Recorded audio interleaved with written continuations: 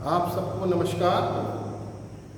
आज हम कृषि अर्थशास्त्र एग्रीकल्चर इकोनॉमिक्स की क्लास में जो आपका 4th सेमेस्टर का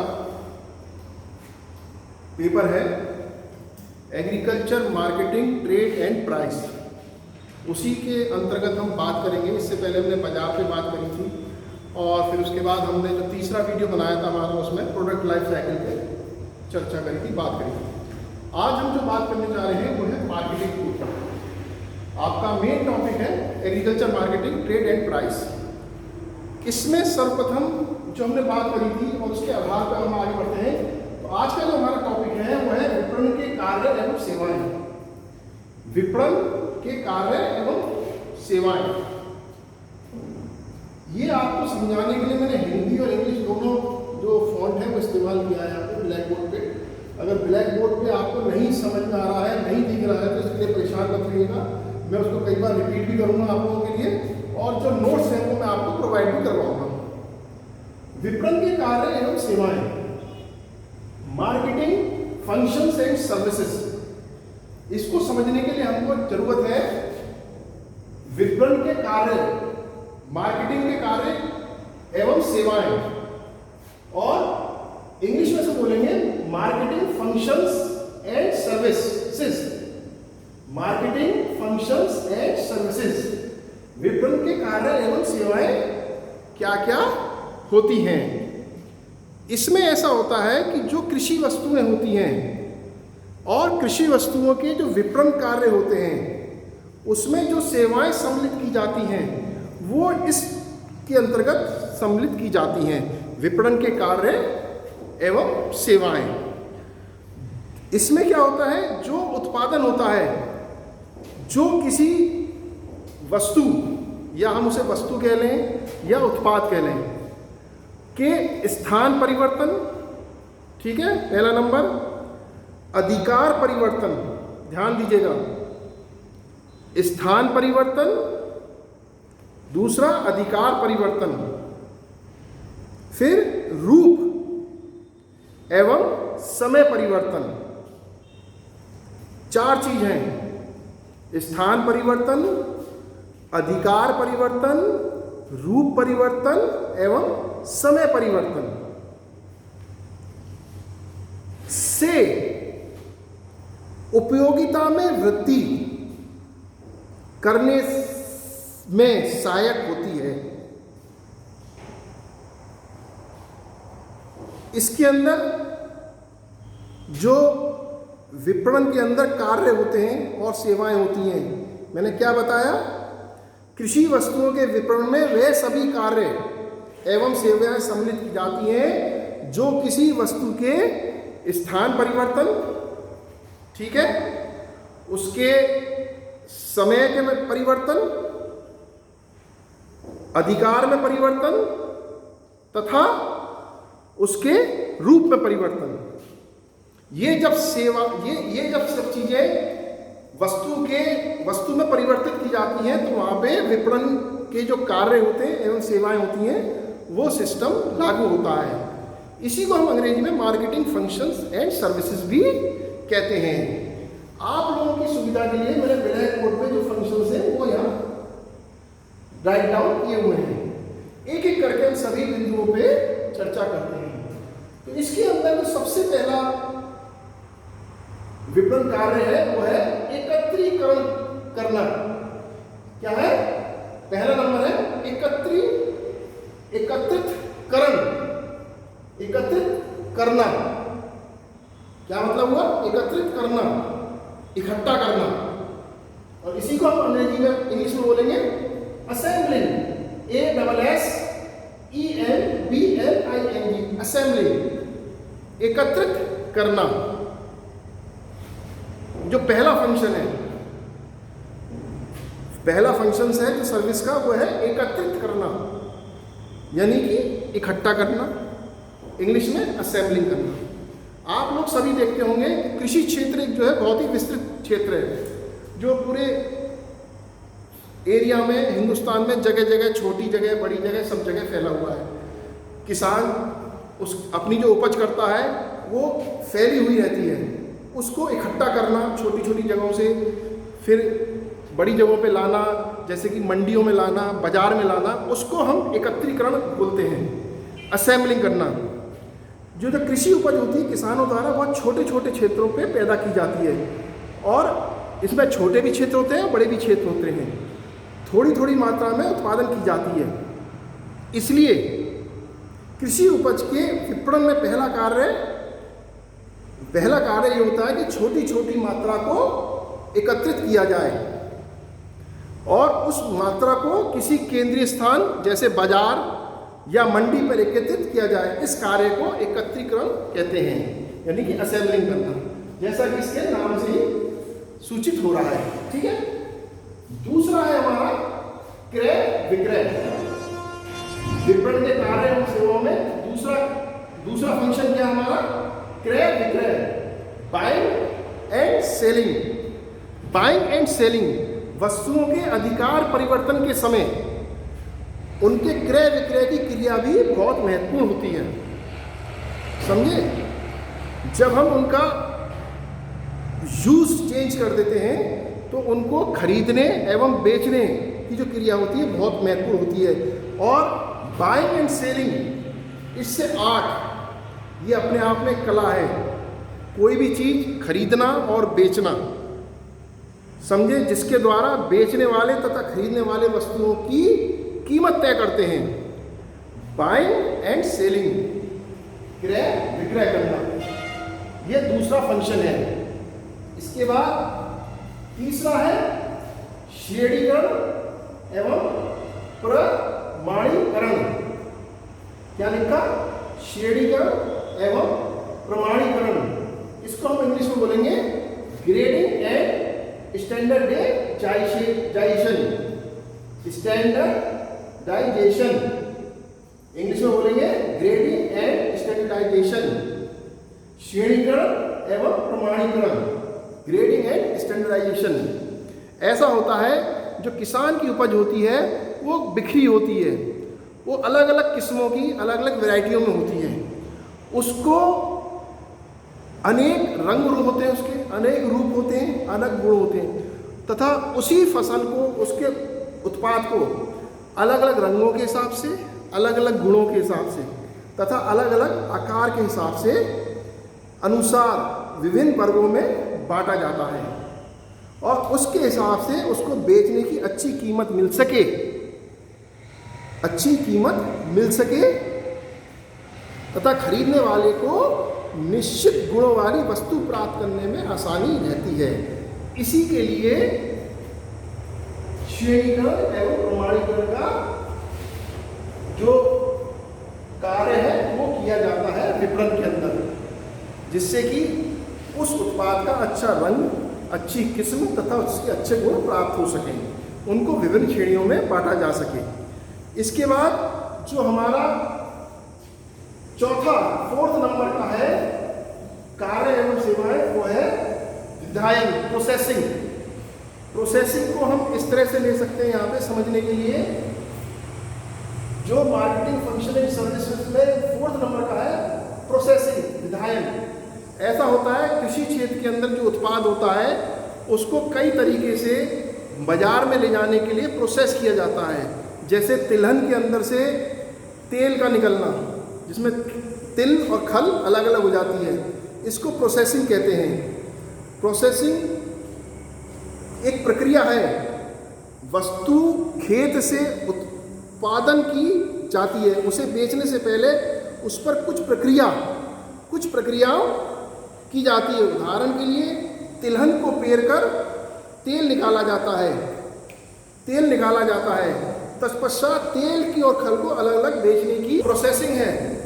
जो प्रोसेसिंग मैंने बताया आपको, फोर्थ विधायन प्रोसेसिंग, कि खेत के अंदर जो भी उत्पाद पैदा होते हैं उनको अलग अलग तरीके से प्रोसेस करके उसको इस्तेमाल में लाने के लिए, जिससे कि उनका बेहतर यूज हो सके तथा उसको मनुष्य के द्वारा इस्तेमाल किया जा सके। पांचवा सबसे मोस्ट इंपॉर्टेंट है पैकिंग।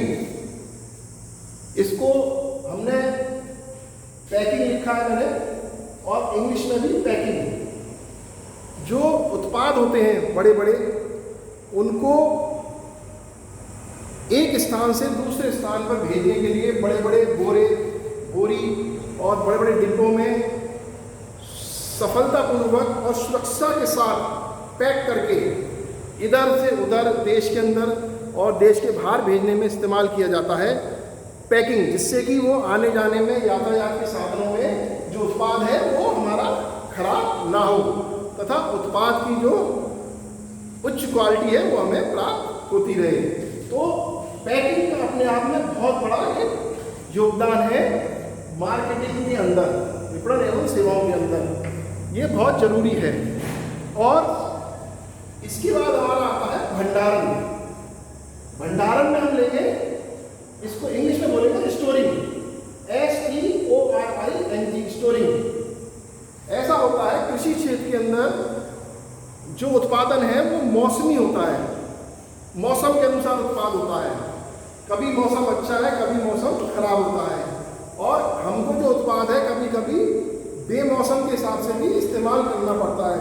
तो अपने उत्पादन को भंडार करने के लिए अच्छी सुविधाएं देश के अंदर हों, जिससे कि हम अपना जो उत्पाद है, किसान का उत्पाद, हम भंडारण करके जब हमें ज़रूरत है उच्च उत्पाद की तो हम उसका इस्तेमाल कर सकें, उनको महीनों के लिए रख सकें तथा कुछ दिनों के लिए रख सकें। यदि किसान के पास साधन भी होते हैं तथा बड़े बड़े इसके अंदर बड़ी बड़ी एजेंसियां शामिल होती हैं, आपने देखा होगा आलूओं के लिए कोल्ड स्टोरेज बनाए जाते हैं, वो भी भंडारण के अंदर ही शामिल एक सर्विसेज है। 7वें नंबर पे है हमारी परिवहन, ट्रांसपोर्ट। ट्रांसपोर्ट से आप लोग समझते ही होंगे कि ट्रांसपोर्ट मतलब कि परिवहन, वे क्रियाएं जिनके द्वारा वस्तु एक स्थान से दूसरे स्थान तक पहुंचाई जाती है। समझे आप? किसान का जो उत्पाद है खेत से लेके बाजार और बाजार से लेके फिर जो उपभोक्ता है वहां तक पहुंचने की क्रिया को में परिवहन की क्रिया शामिल रहती है, परिवहन के अंतर्गत आती है। कृषि उपज को खेत या गांव से मंडी तक जाने तथा वहां से उपयोग में लाने के लिए जो परिवहन का कार्य है वो बड़े उच्च स्तर पे किया जाता है तथा इसके अंदर बड़े बड़े एजेंसीज, ट्रांसपोर्टर्स इसमें अपनी सर्विस मुहैया कराते हैं। अब परिवहन के बाद हमारा आता है 8वां जो है वो है विज्ञापन, एडवर्टाइजिंग। विज्ञापन, एडवर्टाइजिंग। उत्पाद की जो विशेषताएं होती हैं, जो उसकी खूबियां होती हैं, वो हम विज्ञापन के माध्यम से जो क्षेत्रीय जनता होती है उसको जागरूक करने के लिए इस सर्विस का इस्तेमाल किया जाता है, एडवर्टाइजिंग का, जिसके अंदर उत्पाद के विषय में पूर्ण जानकारी दी जाती है तथा उसके लिए महत्वपूर्ण जो उसकी खासियत है उसका प्रचार माध्यम से प्रचार किया जाता है, जिससे कि क्षेत्रीय जनता को उत्पाद के बारे में अधिक से अधिक जानकारी प्राप्त हो सके तथा उसकी उचित रूप से बिक्री हो सके तथा विज्ञापन के माध्यम से जो क्षेत्रीय जनता है उस उपभोक्ता तक हमारा प्रोडक्ट इस्तेमाल के लिए, बिकने के लिए बाजार में जा सके। विज्ञापन अपने आप में एक बहुत बड़ी इस समय इंडस्ट्री है, एडवर्टाइजिंग इंडस्ट्री, लेकिन हम इसके ज़्यादा डिटेल में जाके केवल हमें यहाँ पर चर्चा करनी है विपणन के कार्य एवं सेवाएं, मार्केटिंग फंक्शंस एंड सर्विसेज। उसके बाद आता है विज्ञापन के बाद आर्थिक प्रबंध, फाइनेंसिंग। कृषि क्षेत्र के अंदर जोखिम बहुत है।